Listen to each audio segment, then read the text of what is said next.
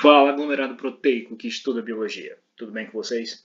Bom, no vídeo de hoje nós vamos falar sobre elas, as maravilhosas proteínas, bem como de suas unidades constituintes, que são os aminoácidos.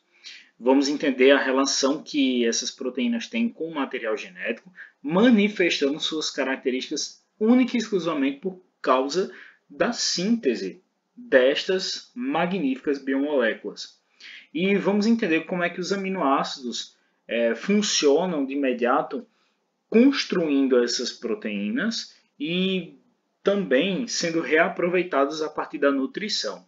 Então, sem mais delongas, eu quero apresentar para vocês um dos mais completos e complexos conteúdos da bioquímica que vão ser, com certeza, cobrados de vocês nos vestibulares, nos exames externos, no Enem, seja de uma forma sutil ou seja de forma direta. Então, bora lá? Bom, a princípio, o que são proteínas? As proteínas são macromoléculas biológicas que, de imediato, são as mais abundantes, ocorrendo em todas as células e em todas as partes das células. Elas são dos instrumentos moleculares pelos quais a informação genética é expressa. Então imagine o seguinte, no teu DNA imagine o DNA como um livro de receitas. E nesse livro de receitas tem todas as receitas para produzir todas as proteínas que o teu corpo de imediato possui. Se de imediato eu preciso de uma proteína muscular, a receita está lá no meu DNA. Se eu preciso de uma proteína estrutural, a proteína vai ter sua receita lá guardadinha no DNA. E eu vou acessar essa informação genética do DNA para produzir a proteína. Por isso que eu menciono que elas são instrumentos moleculares pelos quais a informação genética é expressa. Porque eu vou lá no DNA, pego a informação, codifico a informação, levo para o ribossomo e o ribossomo vai produzir a proteína, que na verdade é o produto daquela informação genética. Então, isso é muito, muito, muito bacana, porque é através desse mecanismo de síntese proteica e de diferentes proteínas que nós podemos determinar diferentes tipos celulares, bem como características diferentes para todos os seres vivos. Tá bom? Então, automaticamente, essas proteínas que são muito comuns, né, em carnes de diversos tipos, ovos, derivados de leite, cereais, grãos e por aí vai, acabam sendo uma alternativa interessante para a tua molécula de DNA manifestar as tuas características, bem como fazer o teu organismo funcionar. Mas eu vou parar de discutir essa parte mais relacionada à manifestação de informação genética e discutir melhor sobre a sua composição, tendo em vista que as proteínas de cada organismo, da mais simples das bactérias aos seres humanos, são construídas a partir do mesmo conjunto onipresente de 20 aminoácidos. E para gerar uma determinada proteína, os aminoácidos seriam de modo covalente em uma sequência linear característica. Então imagine o seguinte, o que são as proteínas? São sequências de aminoácidos. Essas sequências de aminoácidos podem ser de diversos tipos. É aquela velha história. A ordem dos fatores altera o produto? Nesse caso, sim. A ordem dos fatores vai sim alterar o produto, porque a ordem dos aminoácidos, bem como a quantidade deles, vai determinar proteínas diferentes. Então, eu posso ter proteínas formadas por dezenas, centenas e até milhares de aminoácidos, que vão estar ligadinhos um atrás do outro, numa sequência linear, que vai dar origem a uma dada proteína. Então, vê que bacana. Eu pego 20 tipos de aminoácidos e combino eles de diversas formas para formar proteínas distintas. E de onde eu consigo esses aminoácidos? Da minha nutrição. Então, é claro que eu vou pegar esses aminoácidos dos alimentos ricos em proteínas que outrora eu consumo, para produzir as minhas proteínas. Então, um músculo só será um músculo se ele tiver a quitina e miosina, duas proteínas que são produzidas graças ao quê? A combinação dos 20 aminoácidos que eu vou obter através da minha nutrição. Eu preciso para minhas células nervosas de mielina, que é uma proteína produzida lá para revestir o axônio celular.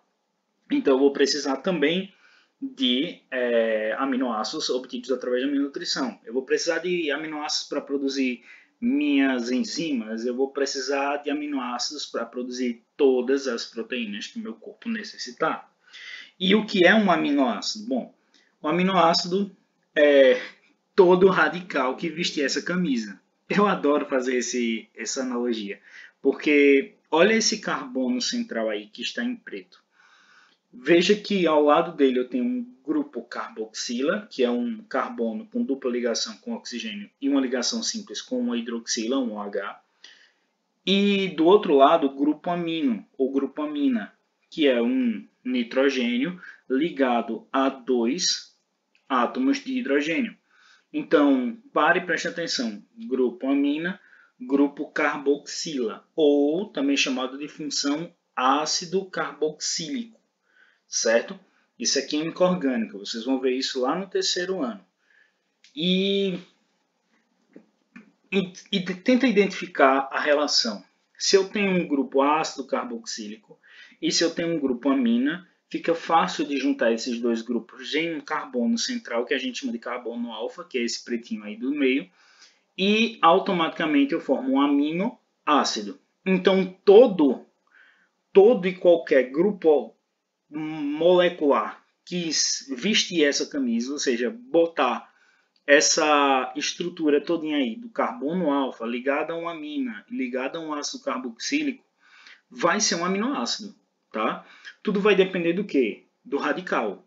O que é o radical? Esse R aí em azul. O radical significa, entre aspas, de uma forma bem grotesca de se explicar, mas ao mesmo tempo bem objetiva e bem óbvia, é qualquer coisa. O radical é qualquer coisa. Ou seja, qualquer molécula que se ligar ali será um aminoácido. Basta ter essa estrutura que vocês estão vendo aí. Ok? Agora, claro, existem aminoácidos além desses 20 que eu estou falando. Existem milhares de aminoácidos, mas que são utilizados para gerar proteínas funcionais no teu organismo, só 20. Tá? E a gente vai conhecer esses 20 já já. Eu preciso que vocês entendam que eles se juntam assim, ó, em cadeias lineares, em sequências lineares. Cada aminoácido vai se juntando para formar, de fato, uma proteína. Então, ele vai ficar mais ou menos assim. Eu pego vários aminoácidos junto, formo uma cadeiazinha, uma sequência linear, e eles formam uma proteína. Esses aminoácidos, né, esses aminoácidos maravilhosos, os nossos AAs, ou alcoólicos anônimos, não, aminoácidos. Eles podem ser classificados em dois tipos, que de imediato surgiu um terceiro tipo bacana, que acabou dando uma modificada aí no que a galera costumava mencionar como sendo a classificação básica deles. Antigamente o pessoal dizia que os aminoácidos eram classificados apenas em essenciais e não essenciais. Hoje, nós classificamos em essenciais, não essenciais e condicionalmente essenciais. Ou ainda em aminoácidos não naturais, naturais e condicionalmente naturais. E essa sequência que eu falei é respectiva. Se você encontrar essenciais, o essencial é a mesma coisa que o não natural. O não essencial é a mesma coisa que o natural. E o condicionalmente essencial ou condicionalmente natural, mesma coisa. Agora, por que essa questão do essencial, não essencial, natural, não natural? Porque o essencial é aquele que você realmente precisa obter. É aquele que você vai tirar da tua nutrição. Enquanto os não essenciais são aqueles que você já tem a capacidade de produzir. Então, eles não são essenciais na tua nutrição, em se tratando de um nutriente. Então, você tem eles a partir da sua nutrição facilmente. Já os essenciais você precisa obter através dos seus nutrientes, ok? Então, não é essencial, você já produz. É essencial, você precisa obter. Então, o não essencial, que é o que você já produz, ele também é natural. É natural que você os tenha. É natural do teu corpo. Já os essenciais você não os tem naturalmente, então eles são não naturais. Estão entendendo aí a diferença? Os condicionalmente essenciais, eles entravam no grupo dos aminoácidos essenciais. Aliás, durante um tempo ficou se discutindo eles como essenciais, depois como não essenciais. E, bom, no final das contas, o que aconteceu foi o seguinte. Na maior parte do tempo eles ficaram encaixados como não essenciais, sendo 11 não essenciais e 9 essenciais. A maior parte passou a ficar no grupo dos não essenciais. O problema maior se deu quando, de imediato, viram que o corpo produzia eles até um certo momento de vida. Ou seja, eles não eram essenciais até um certo momento de vida. Depois o corpo para de produzir ou simplesmente diminui a sua produção e aí a necessidade de adquiri-los através da alimentação. Geralmente esses aminoácidos estão relacionados ao processo de crescimento. Quando você termina o crescimento, então automaticamente você para de produzi-los em grande quantidade. Bom, então explicados os grupos dos aminoácidos, eu desejo apresentá-los de uma forma mais leve e apresentar esse carinha aqui, que é o 21º aminoácido. Embora ele não seja cobrado ainda, na verdade não só tem ele, né, existe mais um aminoácido estudado aí para ser colocado dentro do grupo dos aminoácidos importantes para a constituição de proteínas no organismo, tanto humano quanto dos seres vivos em geral, mas a selenocisteína, que é essa molécula que vocês estão vendo aí, a selenocisteína, ela é o 21º aminoácido e vem sendo estudado, bem estudado, para que de imediato se compreenda melhor o funcionamento das proteínas, principalmente porque estão sendo encontradas moléculas de selenocisteína em diversos organismos vivos e inclusive até mesmo constituindo algumas proteínas. E o bacana é que, de certo modo, não deveria fazer parte da constituição dos aminoácidos um átomo de selênio. Contudo, agora faz. Agora nós temos a selenocisteína, que é um aminoácido que apresenta selênio na sua composição. Ok? Então fica aí mais como uma curiosidade a presença da selenocisteína. Se você quiser uma informação maior sobre ela, aconselho que você veja os vídeos de maior complexidade, que são os vídeos de fundamentos da biologia aplicados à educação física ou até mais para frente da disciplina de bioquímica que eu vou inserir aqui no canal. Bom, além disso, nós temos aí diversos aminoácidos e lembra que eu disse a vocês que a informação contida no DNA é a receita para produzir uma proteína? Bom, a informação do DNA é copiada na forma de RNA. As sequências dessa cópia, que nós vamos ver na aula de ácidos nucleicos, vai de imediato determinar qual aminoácido vai ser selecionado para a produção de uma proteína. Então é como se eu dissesse o seguinte, o DNA é copiado na forma de código. O código é dado nessas 4 letrinhas aí. GACU, ok? Guanina, adenina, citosina e uracila. Isso a gente vai ver melhor na parte de ácidos nucleicos. Então, a cada 3 sequências de código, né, que a gente chama de uma trinca de bases nitrogenadas ou simplesmente um códon, ou seja, um código, a cada 3 dessa unidade aí, eu tenho uma informação a ser copiada. Beleza. Quando essa informação chega no ribossomo, ele lê ela e sabe automaticamente qual é o aminoácido que ele quer selecionar para a produção daquela proteína. O interessante é que ele não vai pegar todo e qualquer RNA que ele encontrar para fazer síntese proteica. Ele só vai pegar o RNA que tiver um start codon, ou seja, uma metionina, que vocês podem ver aí no AUG, tá? Na primeira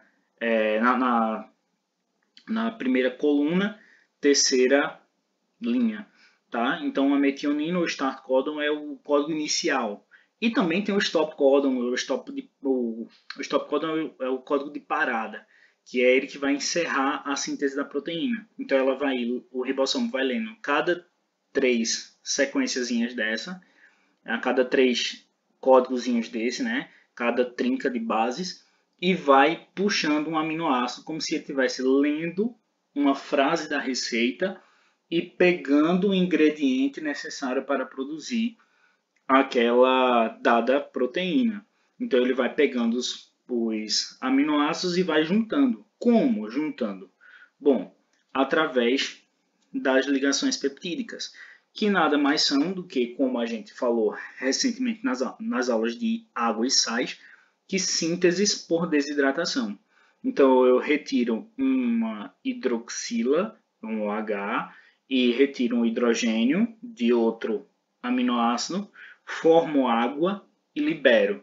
E a partir da desidratação, eu formo uma nova molécula, que se eu juntar 2 aminoácidos, será um dipeptídeo. Se eu juntar 3 aminoácidos, um tripeptídeo.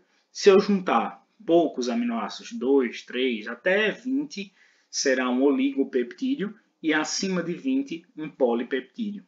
Ok? E o importante é afirmar que o código genético é degenerado. Então, vou voltar para vocês perceberem que, às vezes, o mesmo código dá origem, aliás, códigos distintos dá origem ao mesmo aminoácido.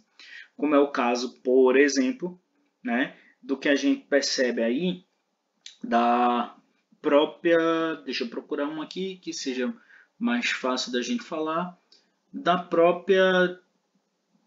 Deixa eu botar caneta para marcar para vocês. Bom, nós temos aí o caso da leucina, por exemplo, que eu tenho 4 códigos responsáveis por produzir a leucina. Então, códigos diferentes podem dar origem a aminoácidos iguais, aminoácidos idênticos, ok? E eu ainda tenho casos de códigos que iniciam com letras diferentes, dando origem a aminoácidos iguais, tá? Como é o caso, muitas vezes, dos aminoácidos aí presentes na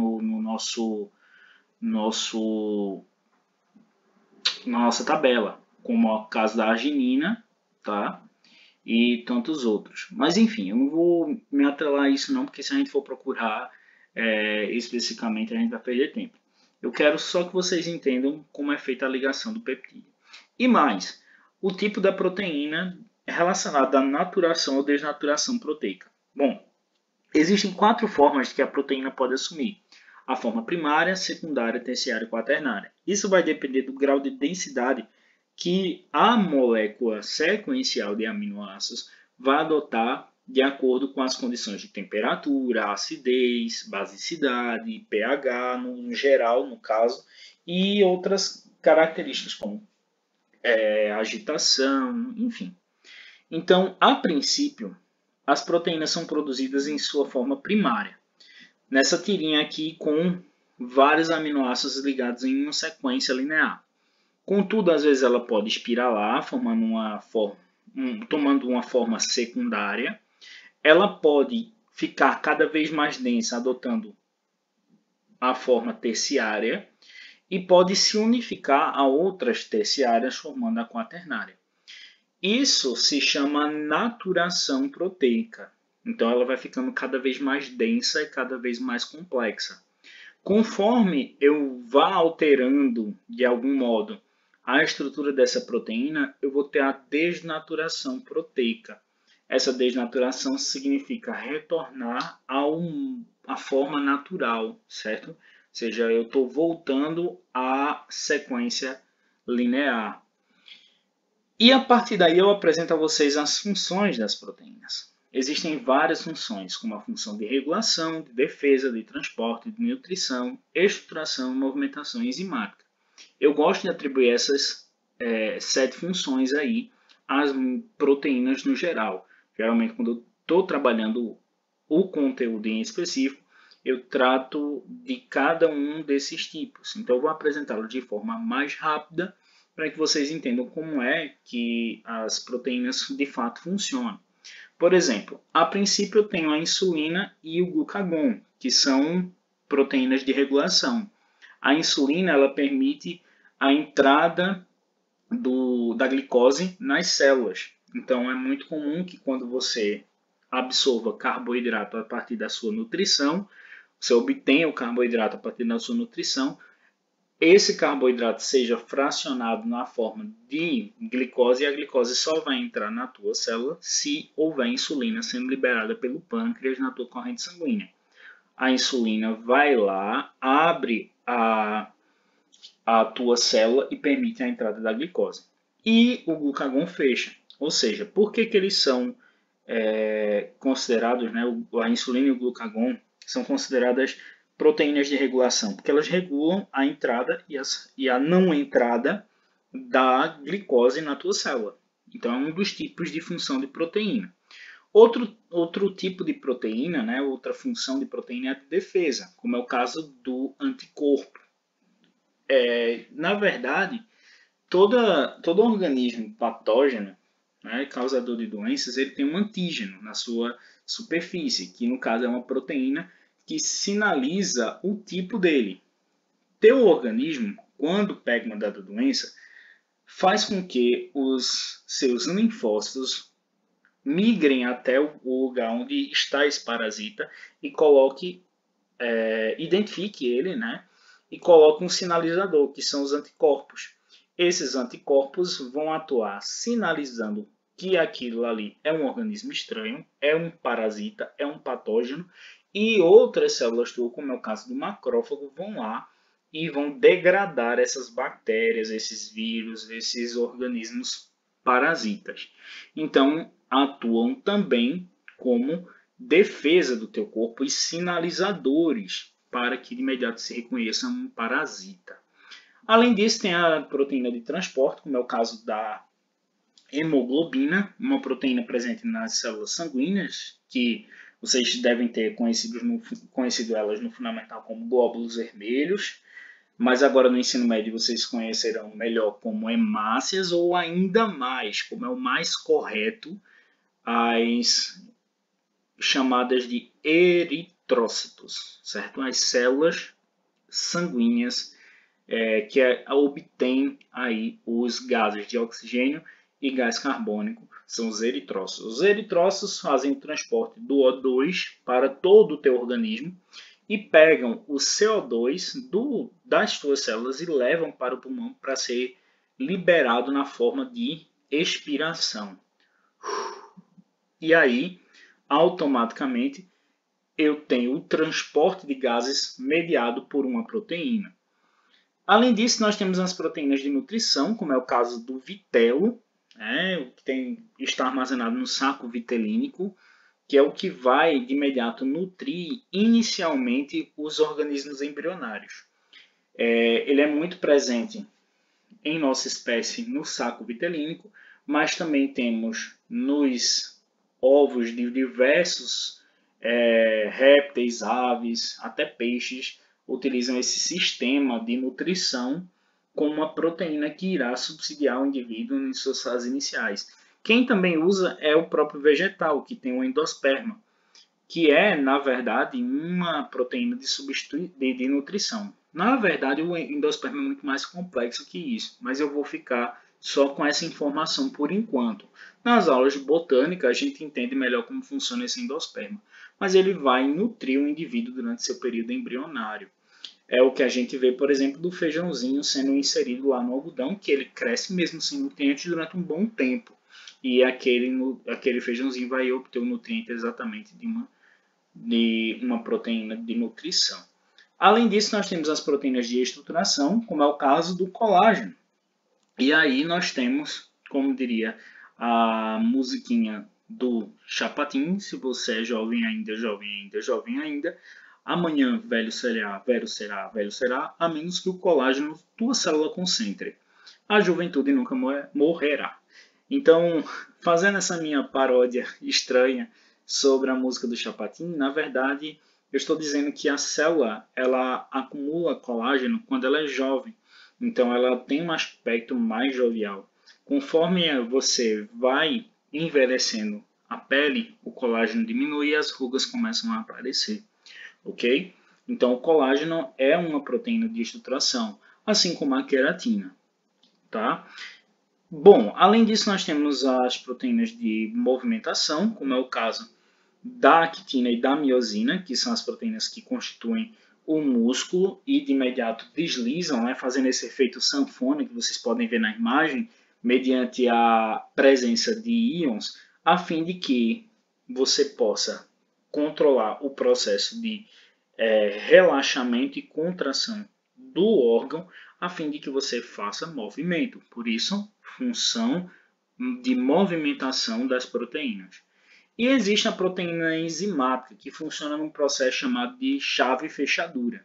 Esse processo chave-fechadura nada mais é do que uma proteína enzimática que, de imediato, em condições propícias de acidez, basicidade, de temperatura, ela funciona para um dado substrato, que é uma substância que eu desejo quebrar, e aí eu coleto essa substância e realizo uma reação hidrolítica, onde eu insiro água nessa substância para quebrá-la de imediato em dois produtos. É o que acontece, por exemplo, na própria quebra de outras proteínas, né, os dipeptídeos.